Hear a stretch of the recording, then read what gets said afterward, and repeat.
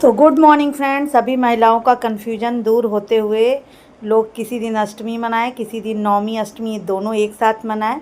तो हमारा भी सारा काम हो चुका है। सुबह उठ गई थी मैं आज 4:30-5 बजे, क्योंकि अष्टमी की थाली हमारी दुर्गा मंदिर में नहीं लिया गया था। तो मैं सुबह ही उठ के अष्टमी की थाली देने के लिए चली गई फ्रेंड। फिर थाली वगैरह दे के आई और फिर माँ का भोग बनाने के लिए, क्योंकि आज मैंने नवमी का कंजक को, मतलब कुंवारी कन्या को भी खिलाना है। तो यहाँ पे मैं कुंवारी कन्या के लिए हलवा, पूड़ी, काला चना बना रही हूँ, खीर।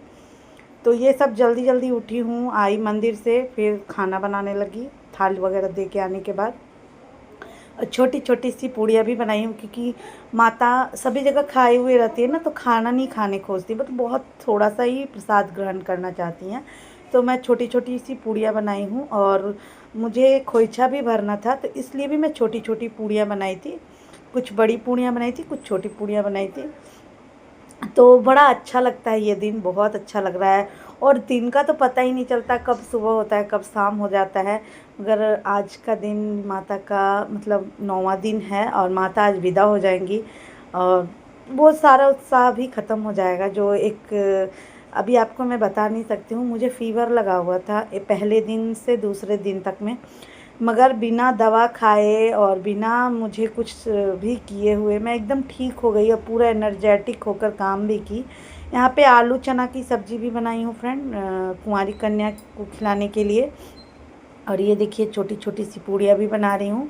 तो सारा प्रसाद हमारा बन गया है। देखिए पूड़ी, सब्जी, यहाँ पे तो पूड़ी और काला चना और हलवा और खीर का भोग लगाऊंगी। सारा चीज़ अरेंजमेंट कर ली हूँ और मैं रेडी भी हो गई हूँ। आज मैंने पर्पल वाली साड़ी पहनी है। नौमी के दिन कहते हैं पर्पल कलर की साड़ी पहनी जाती है, मगर मुझे कुछ भी ऐसा कुछ भी पता नहीं था। बस मैंने ये साड़ी बिल्कुल नई कोरी रखी हुई थी, तो मैं सोची यही पहन लेती हूँ, तो इसलिए ये पहन ली। और बस पूजा पाठ हो जाए जल्दी से। और यह हमारा माता रानी का मैंने भोग लगा दिया है, यहाँ पे पूजा हो रहा है। और माता तो सिर्फ धूप दीप की और आस श्रद्धा की भूखी हुई हैं, बाकी सब तो हम इंसान के लिए ही हैं। तो यहाँ पे मैं माता रानी का खोइछा भर रही हूँ। हमारे यहाँ इस तरह ही खोइछा भरते हैं। तो आप लोग कमेंट में बताइएगा कहाँ कहाँ इस तरह पान के पत्ते पे खोइछा भरते हैं। तो बिहार में ऑलमोस्ट हर घर की लेडीज़ लोग खोइछा भरती हैं। मैंने कभी मतलब भरा है, मतलब उतना ही अच्छे से नहीं भरा है, मगर कहते हैं जब माँ आप घर में माँ को विराजमान किए हो, मेरा ऐसा दिल में भावना है, क्योंकि मुझे कोई बताने वाला है नहीं, न इस घर में ससुराल में ना ही मायके में। तो मेरा ऐसा दिल किया कि मैं माता को घर में विराजमान की हूँ, तो माँ का खोइछा भर के ही बिदागरी भी करूँ। तो यहाँ पे मैं 9 पत्ते ली हूँ, चावल, हल्दी, पैसे, लौंग, इलायची, सुपारी, और उसके साथ ही माता का खोइछा भरूँगी। तो ऐसे ही हमारे यहाँ होता है। मैं मंदिर वगैरह में देखती हूँ और बतासा। तो इस तरह से माँ का पूजा की और बहुत अच्छा लग रहा था दोस्तों। आज मैं वॉइस ओवर कर रही हूँ और पूजा में मैं नहीं कुछ भी शूट करती हूँ, कि मैं पूजा के टाइम सिर्फ पूजा पे फोकस करती हूँ। ये वीडियो बहुत कम शूट करती हूँ। ये तो जेठानी की बेटी थी, वो शूट कर दी थी, मैं पूजा कर रही थी, उनको बोल दी थी कि आप शूट कर लीजिएगा, क्योंकि क्यों मन थोड़ा सा बट जाता है जब आप वीडियो शूट करोगे, पूजा भी करोगे, और कोई शूट कर दे ठीक है, वो कोई शूट कर दे आपका तो बहुत अच्छा होता है। जब नहीं कोई शूट कर देते तो चलो कोई बात नहीं, जो शूट हो गया सो शूट हो गया। तो बस इस तरह मैं पूजा कर ली हूँ। मेरा जो दिल में आया मैंने वैसे पूजा किया। मैं कुछ भी कोई मुझे बताया नहीं, मैंने सब जैसे देखा है वैसे पूजा किया है। तो यहाँ पे खोइछा भी भरा गया माता रानी का। और खोइछा भराने के बाद जब पूजा मैंने पाठ वगैरह सब ख़त्म कर लिया है, पाठ वगैरह ख़त्म करने के बाद खोइछा भरा है। और उसके बाद ये ब्लाउज मैं जो बनाई हूँ, ये ब्लाउज मैंने खुद बनाया है। इसका डिज़ाइन अब पता नहीं कैसा है। मैंने ये गला बहुत बड़ा हो गया था, तो इसमें मैंने मोती लगा दिया है अच्छे से। ये ब्लाउज मैंने नहीं दिख रहा होगा इस वीडियो में। और घर का अभी तो दुर्गा पूजा ख़त्म होने के बाद मस्ती इतना करने के बाद इतना बाहर का खाना खाई हूँ पूजा के बाद, कि इतना हरासमेंट टाइप का लग रहा है। अभी वॉइस ओवर कर रही हूँ तो यहाँ पे फास्ट के बाद, और वैसे 9 दिन का फास्ट के बाद नमक वगैरह खाई, पता नहीं उसके वजह से भी हो रहा है। तो यहाँ देखिए हमारा माता रानी का खोइछा भरा गया है। और हम लोग जो श्रृंगार वगैरह चढ़ाते हैं वो मैंने अष्टमी को ही चढ़ा दिया था। और यहाँ पे मैं हवन कुंड भी रेडी करके ले आई हूँ। और यहाँ पे बस अब हवन करेंगे हम लोग। बस ईटा बेटा को देखते बोली मैं अच्छा वाला ईटा लाने, वो लेके नहीं आया। तो हमने सब कोई मिल के हवन किया, हम बच्चे, मेरी जेठानी की लड़की, हस्बैंड जी, सब कोई मिल के हवन किए। हवन करने के बाद मैं कंजकों के लिए गरम गरम पूड़ियाँ बनाई, क्योंकि वो पूड़ियाँ मैं सिर्फ भोग के लिए बनाई थी और खोइछा भरने के लिए बनाई थी। तो छोटी छोटी पूड़ियाँ मैं फिर कंजकों के लिए बनाई, क्योंकि ठंडा पूड़ी मैं सोची, क्योंकि कंजक बहुत सारे घर में आती हैं ना। तो बस जैसे ही उनका टाइम हो गया था आने का, मैंने जब बोला था, इस बार तो कंजक मिलने में बहुत ही डिफ़िकल्ट हो गया था। बहुत सारी माताएं हमारे घर पे आ गई थी, जिन्हें मैंने निमंत्रण दिया था वो तो मिल ही नहीं रही थी, कहाँ खो गई थी। फिर दूसरे बगल में घर में आई थी तो मैं उनका भी पूजन की। फिर वो लोग आई, उनको भी मैंने जो भी हमारे से हुआ वो दे के उन्हें विदा की। मैं यहाँ पे मैं मेरी जेठानी की लड़की सभी माताओं के पैर धो ली और मैं आलता वगैरह लगा देती हूँ।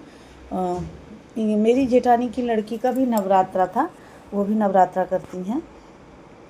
तो बस इसी तरह पूजा पाठ हो गया। और पूजा पाठ ख़त्म होने के बाद बहुत घर खाली खाली लग रहा है। और माता लोग पैर इतना ये हो गया था, माता लोग कहती बस थोड़ा थोड़ा ही लगाइएगा।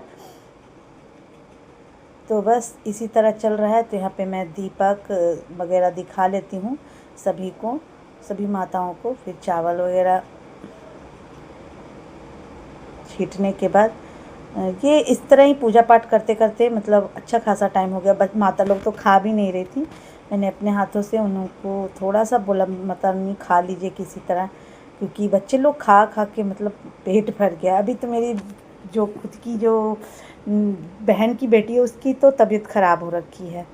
तो फ्रेंड ये है दसवीं का वीडियो। हमारे यहाँ दसवीं में सिंदूर खेल होता है, बहुत मज़ा आता है। एक सुहागन के लिए सिंदूर बहुत कीमती गहना है। तो यहाँ पे हम लोग सिंदूर खेल रहे हैं। और ये इस लड़की का नया नया शादी है, बिल्कुल नई नवेली दुल्हन है, पहला इनका सिंदूर खेल है। तो ये मेरे घर में जो अंजलि है उनकी फ्रेंड है, कि हम लोग आ गए हैं। उस दिन भी बहुत होच पोच हो गया था फ्रेंड, सुबह सुबह घर का काम सब कुछ खाना वाना बना के पहुँच गए मंदिर। 10 साढ़े बज गया, पुष्पांजलि वगैरह तो नहीं दे पाई।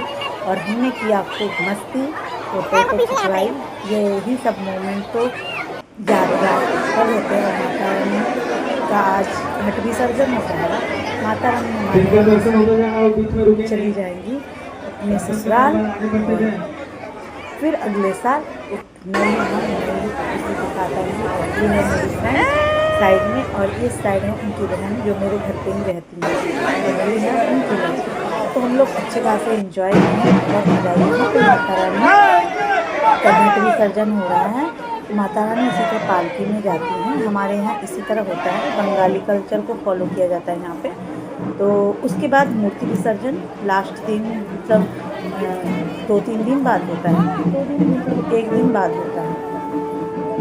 और बहुत सब कोई हम लोग जाते हैं, अभी तालाब भी जाएंगे विसर्जन में। बहुत अच्छा लगता है ये दिन ना, इस दिन को लोग साल भर इंतज़ार करते हैं। लोग बाहर से आते हैं दुर्गा पूजा के लिए यहाँ पे।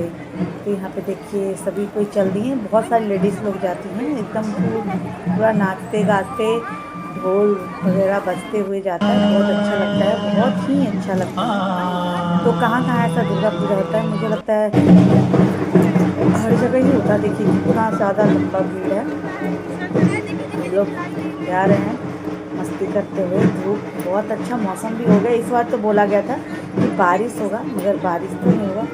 मगर ब्लॉग अगर आप लोग को अच्छा लगे तो एक लाइक कमेंट कर दीजिएगा। हम लोग विसर्जन वगैरह कर, विसर्जन यहाँ हो रहा है। तो मिलते हैं दूसरे ब्लॉग में।